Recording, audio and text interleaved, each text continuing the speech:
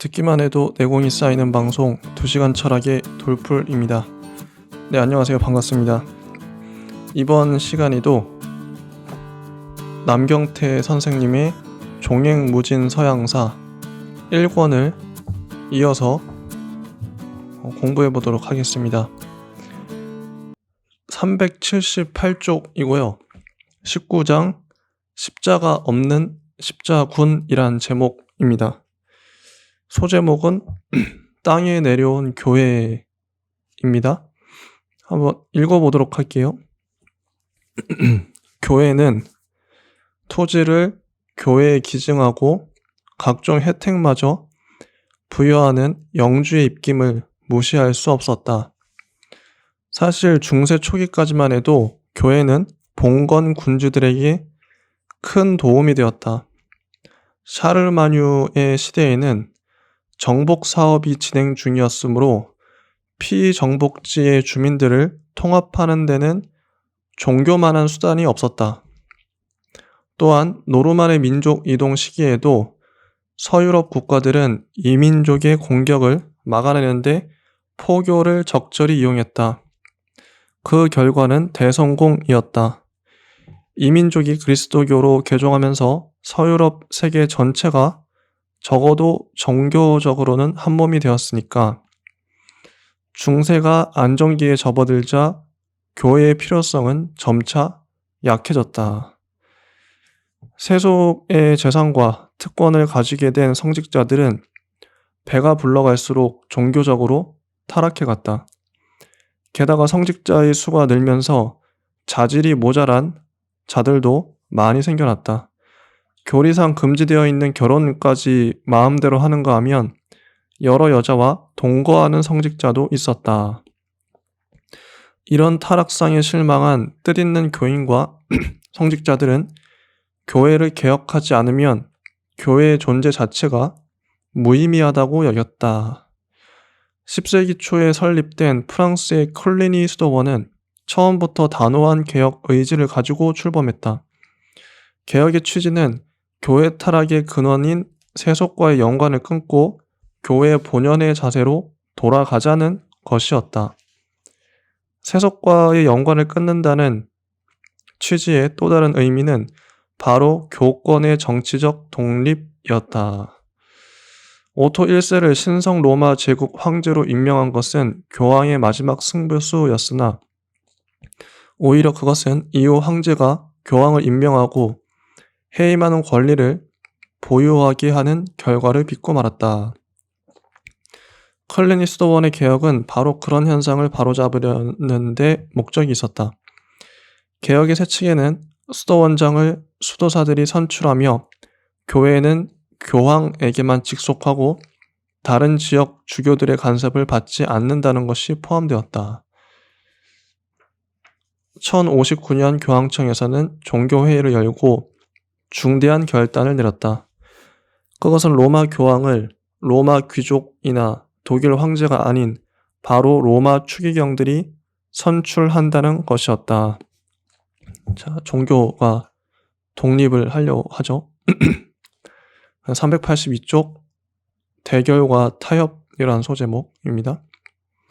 11세기 후반 알렉산드르 2세에 뒤이어 교황으로 선출된 그레고리우스 7세는 컬리니 수도원 출신이었다.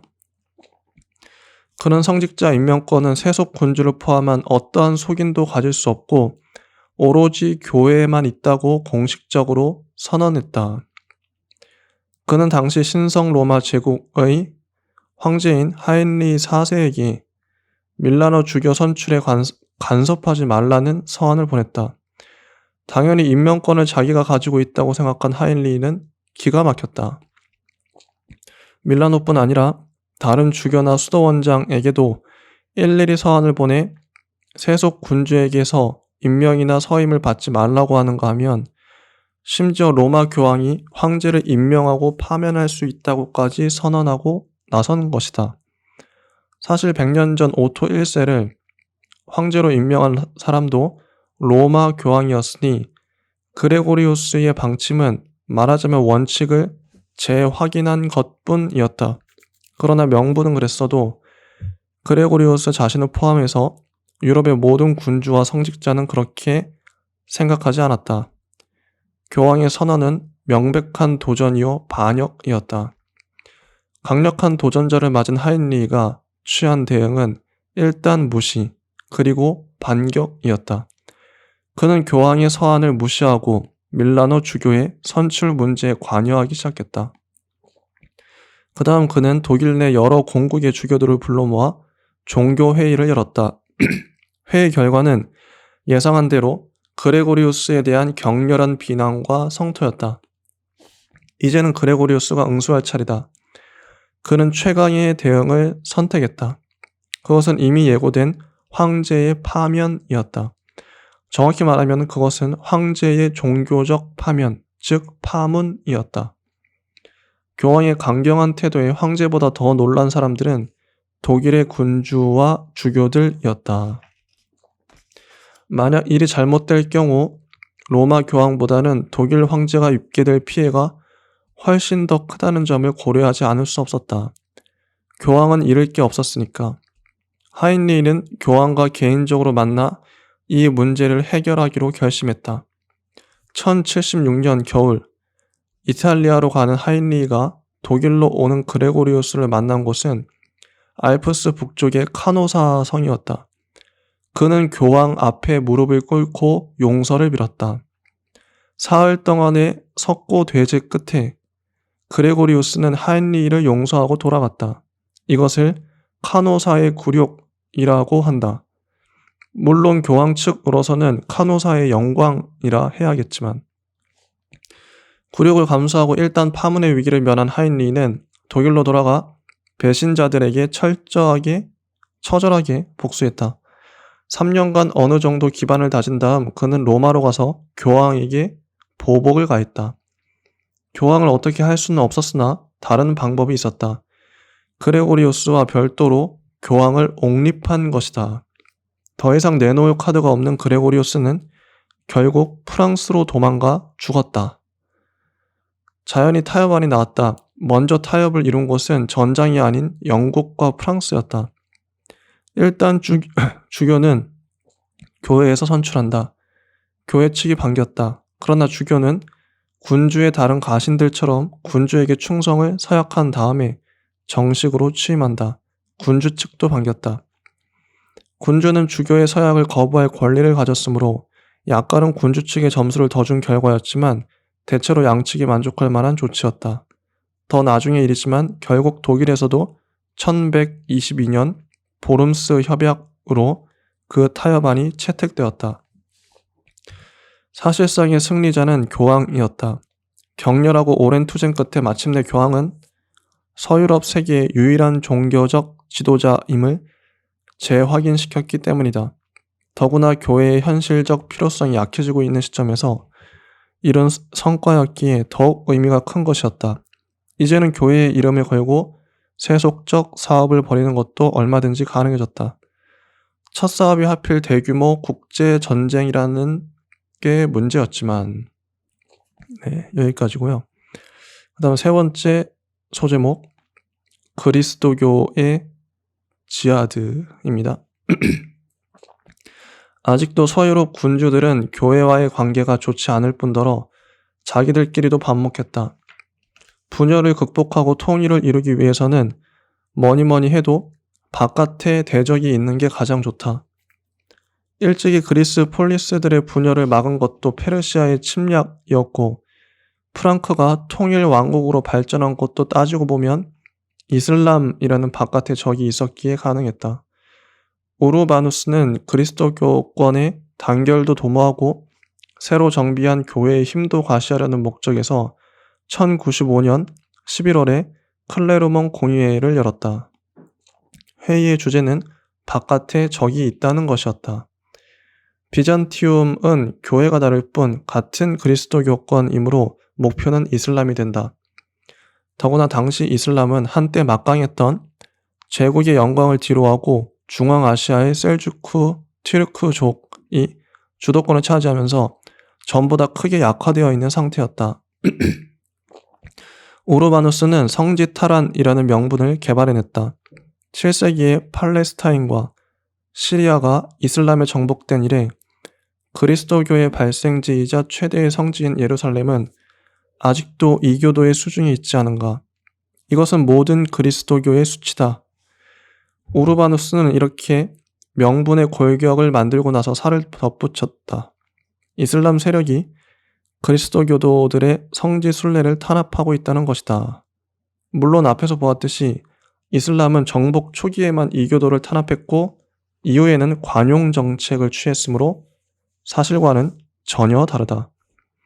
우르바누스는 직접 프랑스 전역을 돌아다니면서 선동했고 휘하의 주교들에게는 서유럽 구석구석까지 들어가 일반 민중에게도 신앙심을 불러일으키라고 지시했다. 농민들은 순수한 신앙심의 발로였겠지만 기사들은 그렇지 않았다. 앞에서 본 것처럼 그들은 주로 번건 귀족의 차남 이하, 그러니까 상속받을 토지와 재산이 없는 자들이었고 임무와 봉급이 없는 건달과도 같은 처지였다. 십자군에 참여하면 이교도들을 상대로 마음껏 싸울 수도 있고 막대한 전리품을 얻을 수도 있다. 우르바누스는 순회 연설에서 동방세계는 부유하다고 부르짖기도 했다. 그뿐인가? 일이 잘 풀려 성지를 탈환한다면 토지와 영지도 생기게 된다. 그러므로 우르바누스도 뛰어난 선동꾼이었지만 당시는 그런 선동이 충분히 먹혀들 만한 상황이었던 것이다. 네, 여기까지고 389쪽 성전에서 추악한 전쟁으로 란 제목입니다. 그 무렵 서유럽은 수백 년 동안 큰 전쟁이나 전염병 한 번 없는 안정기를 누리고 있었다. 따라서 속도는 느리지만 농업 생산력이 상당히 발달했고 인구도 큰 폭의 증가세를 보였다. 유럽 세계는 거의 전역이 속속들이 개척되고 개간되었으나 토지의 증가에는 한계가 있었다. 우르바누스는 십자군을 구상할 때 분명히 이런 토지 부족 현상을 염두에 두었을 것이다.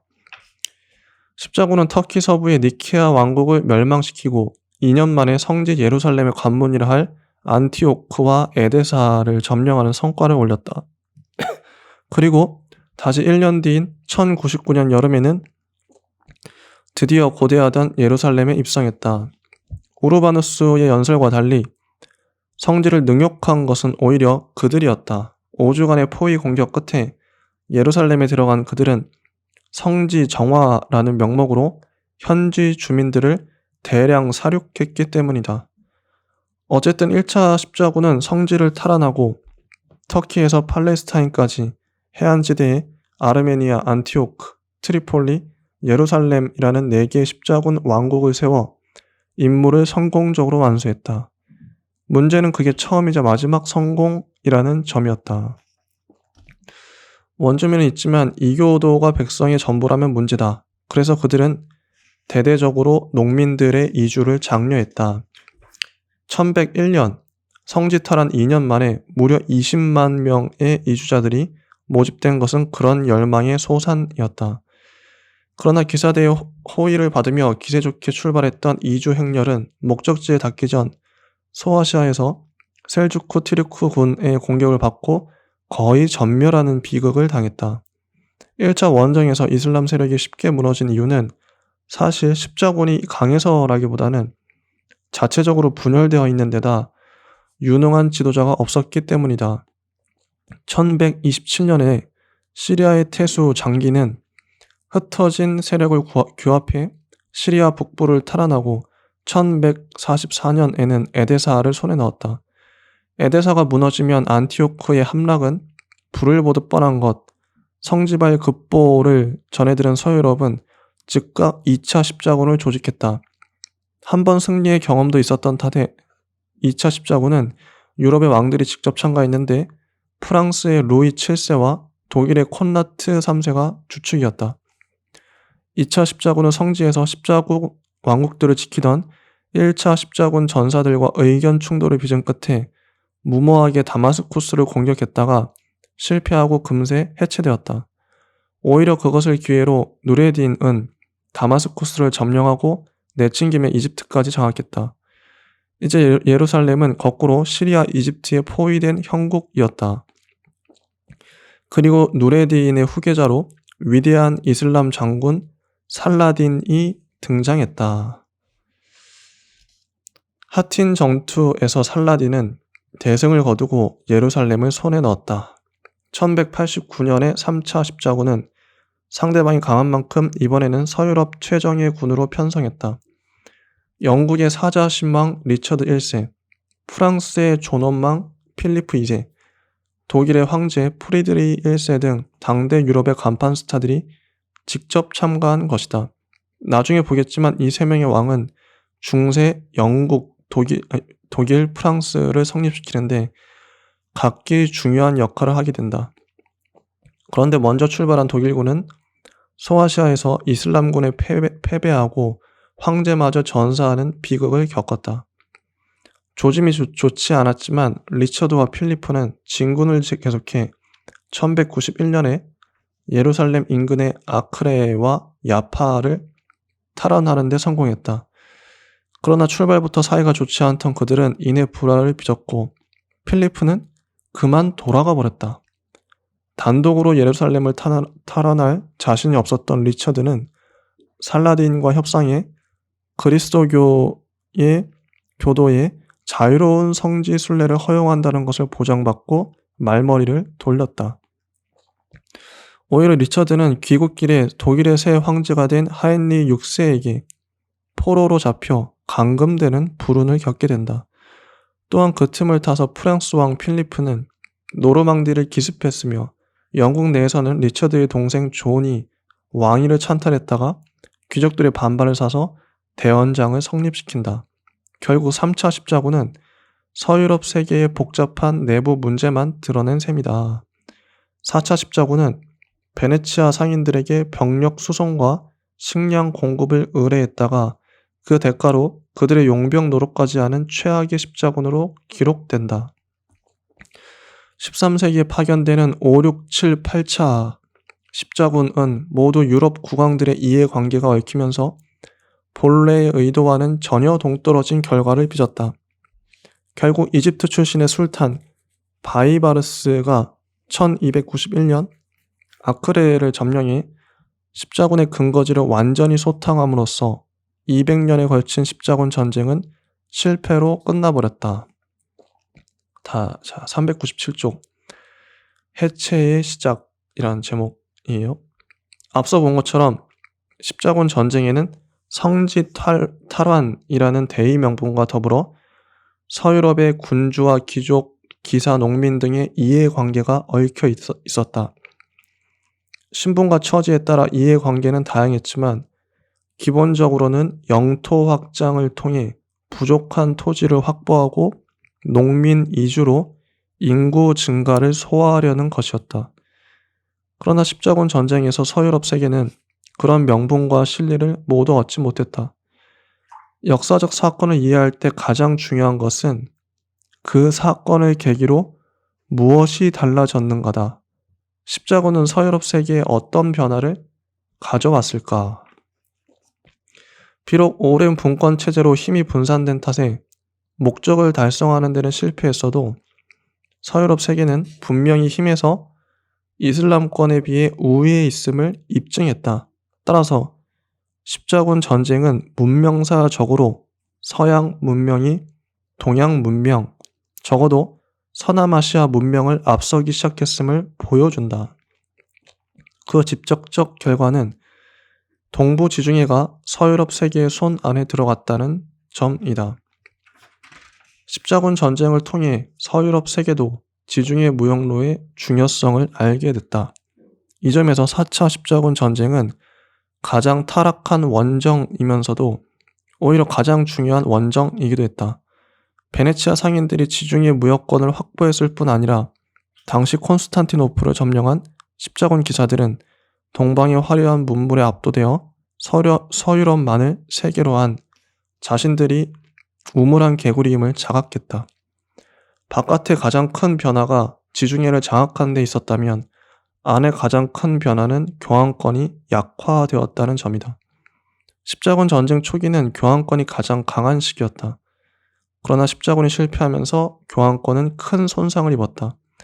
물론 십자군 전쟁의 실패가 곧바로 교황권의 약화를 불렀다기보다는 이미 시대의 변화 자체가 교황이 통제할 수 없는 것으로 바뀌었다고 보는 게 옳을 것이다.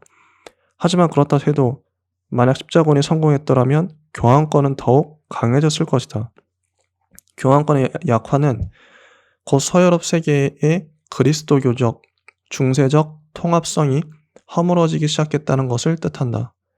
로마가 무너진 이후 그나마 동질성을 부여해온 종교적 통합의 중심마저 약해지자 각 왕국은 각계 약진의 길로 나섰다. 바야흐로 중세는 해체의 조짐을 보이기 시작했다. 십자군 전쟁은 그 신호탄이었다. 그렇다면 이제 중세 세계에서 하나씩 갈라져 나오기 시작하는 서유럽 국가들의 원형을 살펴볼 수 있다. 네, 여기까지가 19장의 내용이었습니다. 이거를 2장씩 붙여서 할지 아니면 한 장씩 떼서 할지 좀 고민이 되긴 하는데요. 일단은 2장을 다 붙여서 한번 해보도록 하죠. 자, 402쪽 20장입니다. 국민 국가의 원형이란 제목이에요. 소제목은 서유럽의 확대, 이베리아의 변화입니다. 1차 십자군이 예루살렘을 탈환했다는 소식을 듣고 로마 교황 우르바누스 2세 못지않게 기뻐한 사람들이 있었다. 이베리아 반도 북부에 살던 사람들이었다. 이베리아라면 바로 에스파냐, 8세기 초반 이슬람의 침략을 받아 이슬람 문명권의 일부로 편입된 지역이 아니던가. 자, 서유럽이 중세의 안정기 속에서 서서히 발전을 이루는 동안 이슬람은 그의 반비례에 서서히 퇴조하기 시작했다. 그 틈을 타서 서고트의 후예들은 하나둘씩 나라를 건설하기 시작했다. 11세기 무렵 이베리아 반도 북부와 피레네 산맥 남쪽에는 동쪽에서 서쪽으로 5개의 왕국이 어깨를 나란히 하고 올망졸망 자리를 잡고 있었다. 그 나라들이 행동을 개시한 것은 십자군이 조직되기 이전이었다. 때마침 코르도바의 식민지 정부에서 내란이 발생한 것을 계기로 그들은 잃은 영토를 되찾고 이교도에게 당한 굴욕을 되갚기 위해 일어섰다. 비록 나라는 5이지만 같은 그리스도교권의 형제들이므로 공동 전선을 펴는 것은 당연했다. 이리하여 에스파냐의 국토 회복 운동이 벌어졌는데 이것을 레콘키스타라고 부른다. 멀리 동쪽에서 날아온 십자군의 승전보는 이들에게 더욱 큰 자신감을 주었다. 이들은 일제히 이슬람을 압박하면서 남쪽으로 진출했다. 레콘키스타를 성공적으로 완수한 에스파냐는 비로소 서유럽 세계의 일원으로 참여할 자격을 얻었다. 세계사적으로 더욱 중요한 것은 뒤늦게 서유럽 세계에 동참한 탓에 이 지역에는 봉건제가 정착하지 못했다는 점이다. 서유럽이 지중해를 장악하면서 지중해 무역에 동참할 처지가 못된 덕분에 에스파냐와 포르투갈은 일찌감치 서쪽에 대서양으로 진출하여 대항해 시대를 열었다. 결국 그들은 후발주자의 약점을 장점으로 바꾸는 데 성공한 셈이다. 자, 다음 소제목 서유럽의 확대, 영국의 편입입니다. 이베리아 반도와 더불어 십자군 시대에 서유럽 세계로 편입된 곳은 영국이다. 1066년 노르망디 공으로서 영국 왕이 된 윌리엄 1세는 정복왕이라는 별명이 어울리지 않게 앵글로 섹슨 시대의 관습과 제도를 거의 바꾸지 않고 그대로 유지했다. 그로서도 한 가지 반드시 고려해야 할 게 있었다. 그것은 바로 부하들의 농공 행상이었다. 자신을 믿고 바다를 건너와 헤럴드를 물리치고 영국을 정복하는 데 결정적 도움을 준 노르망디 출신 가신과 기사들만큼은 어떻게든 배려해야 했다. 윌리엄은 무엇으로 공을 논하고 상을 주었을까? 물론 토지다. 윌리엄은 토지와 더불어 그 토지에 속한 농민들까지 나누어 줬다. 봉토와 농노가 생겨났으니 이것은 바로 대륙, 주로 프랑스의 봉건제다. 윌리엄은 당시 영국에 별로 퍼지지 않았던 봉건제를 전격적으로 실시한 것이다. 이것으로 영국은 중세 서유럽 세계의 일원으로 편입신고를 마친 셈이다. 윌리엄의 왕권은 프랑스의 왕만이 아니라 유럽의 어느 군주보다도 강력했다. 또한 그는 유럽의 어느 군주보다 더 넓은 왕실 직속 토지와 막강한 군대를 가지고 있었다. 윌리엄은 전국에서 세금을 거두어 들였고 전국의 행정과 사법을 관장했다. 영국은 이제 대륙에서 볼 수 없는 중앙 집권 체제의 봉건 왕국이 된 것이다. 노르망디의 지배자가 영국의 왕이 되므로 노르망디의 왕은 자동적으로 영국 왕이 된다. 이게 프랑스 귀족들의 생각이었다. 물론 영국 왕의 생각은 달랐다. 영국은 물론 조상들의 고향인 노르망디도 영국 왕실의 소유였다. 이런 시각 차이로 인해 노르망디를 둘러싼 분쟁의 불씨는 점점 커져갔다. 1128년에 프랑스 서부의 앙주 백작 조프루아는 정보광 윌리엄의 손녀인 마틸드와 결혼했다. 헨리가 후사도 없고 후계자 지명도 하지 않은 채 죽자 드디어 문제가 터졌다.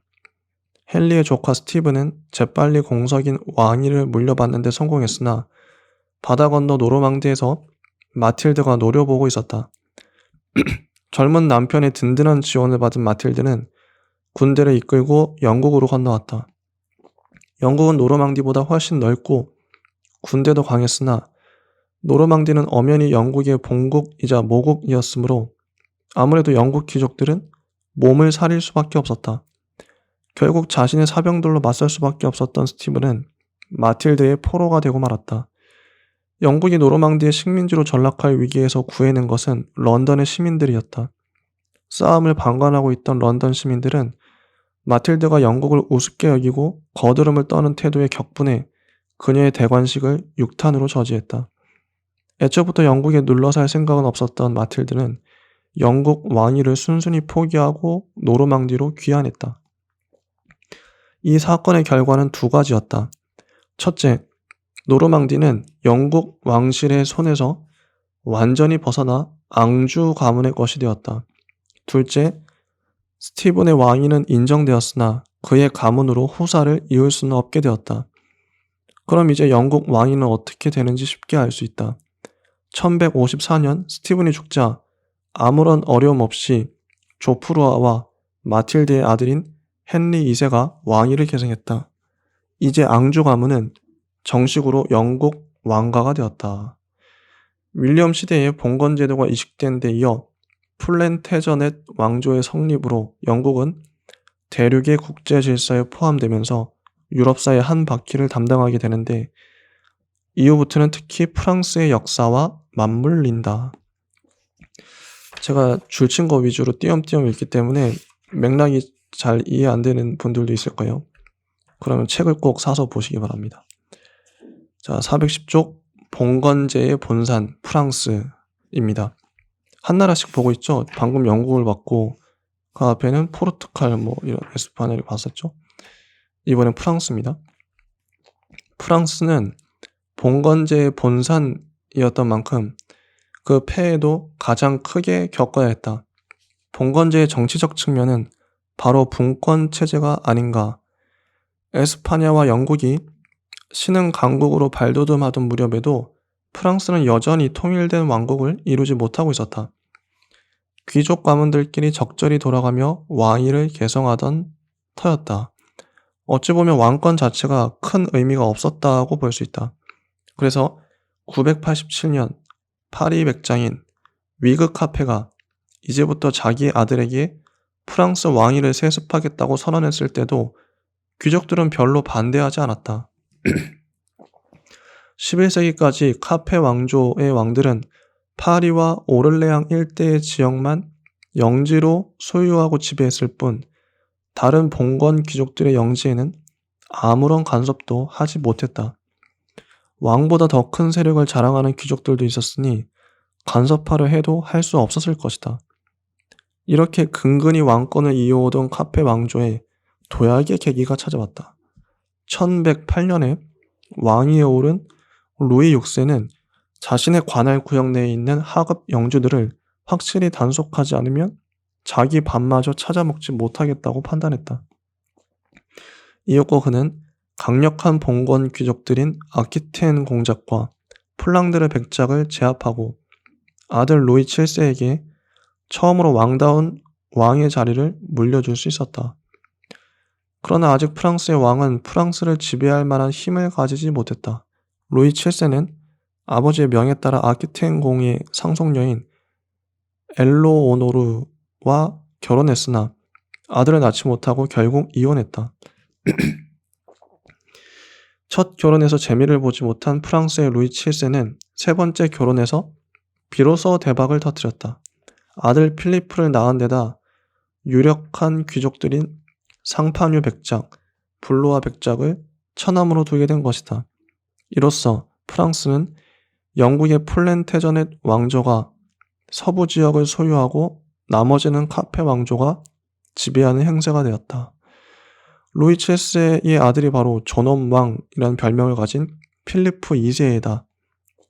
그는 2차 십자군 전쟁에 참여했던 아버지의 뒤를 따라 3차 십자군 전쟁에 참여하게 되는데 그때의 동료가 헨리 2세의 아들로 영국왕이 된 리처드 1세였다. 프랑스 내의 영토를 놓고 반목이 심하던 그들이었으니 원정 도상에서부터 서로 심하게 다툰 것은 당연했다. 필리프가 원정을 중지하고 되돌아온 이유도 사실은 리처드가 없는 틈을 타 노르망디를 차지하려 했기 때문이다. 리처드는 인품도 훌륭했고 정치적 자질도 탁월한 인물이었으나 불과 10년밖에 재위하지 못한 데다 대부분 국외에 있었던 탓에 별다른 치적을 남기지 못했다. 동생 존의 폭정으로 로빈 후드가 의적이 된 것은 의도치 않은 결과다. 그의 동생으로 왕위를 계승한 존은 형의 영웅적 자질을 전혀 담지 못한 인물이었으나 책략에는 형보다 한 수 위였다. 1200년 그는 앙주 부근 푸아투의 한 지방인 앙골렘을 소유하기 위해 그 상속녀인 이사벨라와 결혼한 것이다. 여기까지는 좋았지만 그녀의 약혼자였던 드 류지낭에게 아무런 보상도 지불하지 않은 게 빌미가 되었다. 드 류지낭은 즉각 프랑스의 왕 필리프 2세에게 탄원했다. 필리프로서도 없는 구실도 만들어야 할 판에 호박이 넝굴째 굴러든 격이다. 그는 상급 군주의 자격으로 존을 프랑스로 불러들였다. 하지만 호랑이 굴에 제발로 들어갈 바보는 없다. 존이 이를 거부하자 필리프는 2단계 조치로 넘어간다. 존이 왕명을 받들지 않았으니 봉건적 의무를 저버렸다는 것이다. 이 구실을 이용해 필리프는 앙주를 몰수한다고 선언한다. 격분한 존은 조카인 독일 왕제 오토 4세와 연합해 프랑스를 공격하나 패하고 만다. 앙주가 프랑스 영토가 됨으로써 노르망디도 자연히 프랑스의 손으로 넘어갔다. 이제 프랑스 내 영국 영토는 아키티엔 일대밖에 남지 않게 되었다. 이 엄청난 손실에 영국의 봉건 귀족들이 분노한 것은 당연했다. 1215년에 존은 결국 그들의 힘 앞에 무릎을 꿇고 귀족의 요구사항을 수락했는데 이것이 바로 마그나 카르타, 대헌장이다. 이 민주주의의 기본 정신을 바탕으로 13세기 말에는 드디어 유럽 최초의 의회가 영국에서 탄생하게 된다. 마그나 카르타로 영국의 왕은 강력했던 왕권을 잃었지만 거꾸로 영국인들은 서유럽의 주인공으로 화려하게 도약할 계기를 얻은 것이다. 자, 417쪽. 제목은 서유럽의 그늘, 독일과 이탈리아입니다. 십자군 전쟁이 진행된 11에서 13세기는 서유럽의 원형이 생겨난 시대다. 이 무렵 서유럽 세계는 지역 전체적으로는 분권화가 가속화되면서 각국 내부에서는 중앙 집권화가 추진되고 있었다. 이 시대에 에스파냐와 포르투갈이 서유럽의 일원으로 편입되었고 프랑스와 영국은 서로 갈등과 반목 속에서 초기 국민국가로 성장해갔다. 교황의 간섭에서 벗어나는 게 무엇보다 급선무였다. 적어도 카누사의 굴욕을 겪은 하인리 4세의 심정은 그랬다. 재기를 꿈꾸던 하인리 4세에게 좌절을 안겨준 사람은 그 아들인 하인리 5세였다. 그는 아버지가 거의 꿈을 이루었을 무렵 교황과 결탁해 아버지를 축출하고 1105년에 황제가 되었다. 프랑스에서는 교황이 배경에 불과했으나 독일에서는 교황이 거의 실세였던 것이다. 그런 탓에 보름스 협약 이후 하인리 5세는 독일 귀족들의 반발을 받아 왕권이 크게 약화되었다. 그 자신을 위해서나 가문을 위해서나 독일을 위해서나 그는 아버지의 뜻을 따르지 않은 것을 몹시 후회했을 것이다. 결국 그를 마지막으로 잘리어 왕조는 이름처럼 대가 잘리었으며 독일은 다른 유럽 국가들이 하나같이 왕권을 강화하고 초기 국민국가를 이루어가는 와중에도 계속 분권화의 길로 나아갔다. 잘리어 왕조의 뒤를 이은 것은 슈바벤의 근거지를 둔 호헨슈타우펜 왕조였다. 전 왕조의 실패에서 교훈을 얻은 황제 프리드리 1세는 교황과 다투기 전에 먼저 독일 내의 귀족들부터 교통정리하지 않으면 안 되겠다고 판단했다. 그는 강력한 맞수인 벨펜 가문의 남독일의 바이에른을 양도하고 그 대신 중소귀족들을 하나씩 제압하는 전략을 구사했다. 비록 숙적, 교황을 제거하는 데 실패했지만 나름대로 충분한 정권을 올리고 독일로 귀환한 프리드리히는 밀린 숙제를 해결했다. 바로 벨펜 가문으로부터 바이에른을 빼앗은 것이다. 이로써 그는 그때까지 독일의 역사상 가장 강력한 독일을 만들었다. 그런 그가 7순에 가까운 나이에 3차 십자군 전쟁을 떠나 객지에서 죽은 것은 어쩌면 독일의 미래를 보여주는 듯했다.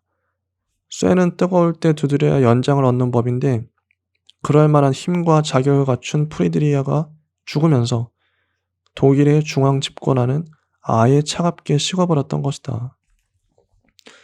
프리드리히 2세가 제위에 오르는 데는 로마 교황 인노켄티우스 3세의 도움도 컸지만 젊은 프리드리히는 역대 교황들 중 최대의 야심가이자 최강의 권력을 자랑하던 인노켄티우스를 대단치 않게 여겼다.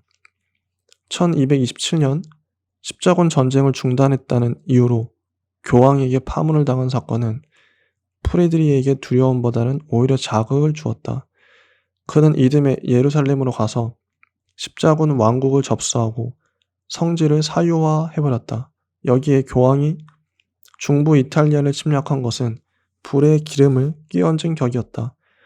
그곳을 잃으면 외가이자 고향이나 다름없는 시칠리아로 가는 길도 잃게 된다. 분노한 프리드리히는 교황군을 격파하고 중부 이탈리아와 시칠리아를 합쳐 통일 왕국으로 재편했다. 그는 자신이 일개 왕이 아니라 제국을 다스리는 황제라는 사실을 지나치게 의식한다. 제국의 전통적 통치 방식은 중앙정부를 강화하고 지방정부에는 자치권을 부여하는 것이다. 이에 따라 그는 자신의 직속 관할하에 있는 슈바벤과 바이에른의 정치와 경제를 모두 직접 통제하는 한편 독일 귀족들에게는 시칠리아와 마찬가지로 독립과 주권을 부여했다. 그러나 앞서 샤를마뉴나 오토의 경우에서 보았듯이 전통이 미약한 제국은 강력한 군주들이 연속으로 등장해야만 제국의 골격을 유지할 수 있다. 예상한 대로 1250년에 프리드리히 2세가 죽으면서 황제권은 급속히 약화되었다. 제위를 물려받은 콘라트 4세는 교황은 물론 독일의 귀족들과도 맞서 싸울 자신이 없었다. 독일의 귀족들은 시대를 역행해 분권화의 길로 일로 매진하고 있었다. 그들은 이미 프리드리히 2세에게서 자치권을 부여받은 터이므로 아예 이 기회에 각자 자신의 영지를 완전한 독립국으로 만들고자 했다. 그 전까지 독일 지역 전체의 관심사를 함께 논의해야 할 경우 느슨하게나마 공동 운명체에 의식을 가졌던 귀족들은 모래알처럼 흩어졌다. 이리하여 독일은 본격적인 영방국가 체제로 접어들었다. 자, 다음 소제목은 424쪽 오지에서 차세대 주자로 스칸디나비아입니다. 11에서 13세기 무렵 독일과 이탈리아가 소유럽 대학의 복학생이라면 스칸디나비아는 아직 입학하지도 않은 입시 준비생쯤 된다. 서유럽은 스칸디나비아에 자립이 가능할 만한 넉넉한 미천을 주었다. 그것은 바로 그리스도교였다. 전염성이 강한 종교답게 그리스도교는 토착 종교들을 하나씩 차례로 물리치고 마침내 스칸디나비아 전역에 널리 퍼졌다. 10세기부터 12세기까지 이 지역의 역사는 극심한 내란과 왕위 쟁탈전으로 얼룩졌다. 가장 먼저 나라의 꼴을 갖춘 것은 서유럽과 조금이라도 지리적으로 가까운 덴마크였다. 이후 덴마크, 노르웨이, 스웨덴 순서로 스칸디나비아 3국이 성립한다. 서유럽이 초기 국민국가를 이루어가는 13세기 스칸디나비아 3국은 서로 경쟁하면서도 공조체제를 유지했다. 이 과정에서 기른 힘을 바탕으로 이들은 14세기부터 서유럽 세계의 일원으로 당당히 참여하게 된다. 여기까지가 20장의 내용이었어요. 오늘 한 내용은 십자군 전쟁과 서유럽, 중세 유럽 국가들, 프랑스, 영국, 스칸디나비아, 에스파냐 이런 나라들이 초기 역사 어떻게 생겼나 그런 것들을 다뤘습니다. 다음 시간에는 21장을 하도록 하겠습니다. 네, 감사합니다.